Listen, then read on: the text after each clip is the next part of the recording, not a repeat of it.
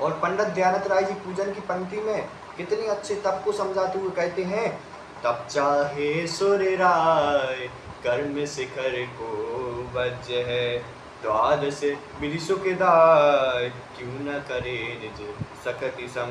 कहते हैं तप चाहे सूर्य राय, तप के लिए इंद्र भी चाहते हैं, तप करने के लिए इंद्र भी तरसते हैं, और कर्म शिखर को वज्र है, यह कर्म रूपी पर्वत को काटने के लिए वज्र के समान है।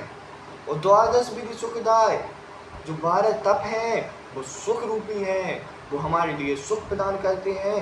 क्यों न करे निज सकति सम, अपनी अपनी शक्ति के अनुसार हमें तप को करना चाहिए। आचार्य भगवंत 12 तप, आचार्य भगवंत ने 12 तप बताए हैं, 6 बहिरंग तप और 6 अंतरंग तप। 6 बहिरंग तप कौन कौन से? अनशन, अमोदर, विधि परिसंख्यान, रस परित्याग और विविक्त संन्यासन, कायक्लेश, ये 6 बहिरंग तप बताए। अनशन तप संयम की वृद्धि के लिए 4 प्रकार के आहार का त्याग करना अनशन तप है। 4 प्रकार के आहार कौन कौन से? खाद्य, स्वेद, लेय, पेय। खाद्य रोटी दाल आदि खाद्य आहार में आते हैं। स्वाद लड्डू बर्फी आदि स्वाद आहार में आते हैं। दूध रस आदि पेय आहार में आते हैं। और लेय चाशनी रबड़ी आदि ये लेय आहार में आते हैं। इन 4 प्रकार के आहार का त्याग करना अनशन तप है। अमोदर तप, भूख से कम भोजन खाना अमोदर तप है। वृत्ति परिसंख्यान तप, भिक्षा को जाते हुए घर एवं गली में अटपटे नियम, अटपटे विधि को ले लेना वृत्ति परिसंख्यान तप है। रस परित्याग, दुग्ध आदि खट्टा मीठा कड़वा कसायला आदि रसों का त्याग करना रस परित्याग तप है। विविक्त संन्यासन, स्वाध्याय एवं ध्यान की रिद्धि के लिए पवित्र एवं एकांत स्थान पर उठना बैठना विविक्त संन्यासन तप है। कायक्लेश तप, आलस्य को दूर करने के लिए कायक्लेश तप कहा गया है। जैसे जब हम रोटी बनाते हैं तो सबसे पहले हमें तवा गरम करना पड़ता है, तब रोटी बनती है। उसी प्रकार हमारे मुनिराज केशलोंच आदि परिचयों के माध्यम से अपने शरीर को तपाते हैं और अपनी आत्मा को कल्याण करा देते हैं। ये कायक्लेश तप है।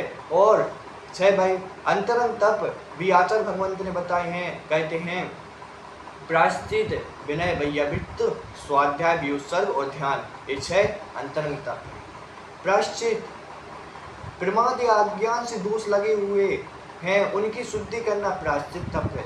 विनय, जो रत्नत्रय धारी हैं या जो रत्नत्रय धारकों को विनय करना विनय तप है। और वैयावृत्त, अपने शरीर एवं अन्य वस्तुओं के माध्यम से मुनिराजों की सेवा करना वैयावृत्त तप है।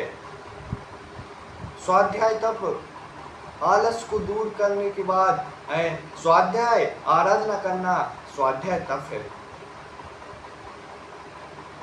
व्युत्सर्ग तप, बाह्य और अभ्यंतर परिग्रहों का त्याग करना व्युत्सर्ग तप है। ध्यान तप, चित्त की चंचलता को छोड़कर किसी पदार्थ में चिंतन करना ये ध्यान तप है।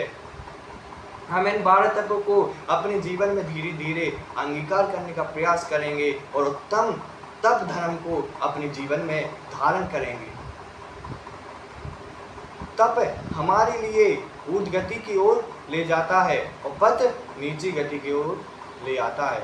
जैसे सागर का खारा पानी ऊष्मा के रूप में ऊपर चला जाता है और वह खारे से मीठे में परिवर्तित हो जाता है और वह एक शीतल जल के रूप में नीचे बरसता है। ये तप का प्रभाव है कि खारे से मीठे में परिवर्तित होना। एक दृष्टांत के माध्यम से हम जानेंगे तप क्या है। एक आम के पेड़ में नया आम आया। जब वह आम आया तो वह हरा था, सुगंधहीनता, कठोरता, उसे खाने की इच्छा नहीं हो रही थी। एक दिन उस आम को एक माली तोड़कर अपने घर ले गया और उसने पलाश के पत्तों के नीचे रख दिया, और वह आम 3-4 दिन बाद हरे से पीला हो गया, सुगंधहीन से सुगंध युक्त हो गया, कठोरता से कोमलता में परिवर्तित हो गया। तो माली से पूछा ये कैसे हुआ? तो माली ने कहा ये तप का प्रभाव है कि ये कठोरता से मुलायमता में आ गया, सुगंधहीन से सुगंध युक्त हो गया, ये तप का प्रभाव है। इसी प्रकार यदि हम अपने जीवन में तप करेंगे तो अपनी इस आत्मा को परमात्मा बनाने में सफल हो जाएंगे। ये तप का प्रभाव है। एक श्लोक आता है, किसी ने बहुत अच्छा लिखा है, कहते हैं पार्श्वेषु यथा हेमा दुग्ध मध्ये यथा घृतम तिल मध्ये तथा तैलम दे मध्ये तथा शिवा। कहते हैं पार्श्वेषु यथा हेमा, स्वर्ण पाषाण में स्वर्ण छुपा रहता है, दुग्ध मध्ये यथा घृतम, दूध में घी छुपा रहता है, और तिल मध्ये तथा तैलम, और तिल में तिल छपा रहता है। उसी प्रकार हमारी इस आत्मा में परमात्मा विद्यमान है। यदि हम तप करेंगे तो आत्मा को भी परमात्मा बना सकते हैं। जिस प्रकार स्वर्ण को तपाकर हम हार बना सकते हैं, उसे एक सुंदर आकार दे सकते हैं, उसी प्रकार हम अपनी आत्मा को तपा करके परमात्मा, अपनी आत्मा को कुंदन बना सकते हैं। इसलिए हमें अपने तप कर अपनी आत्मा को कुंदन परमात्मा बनाना है।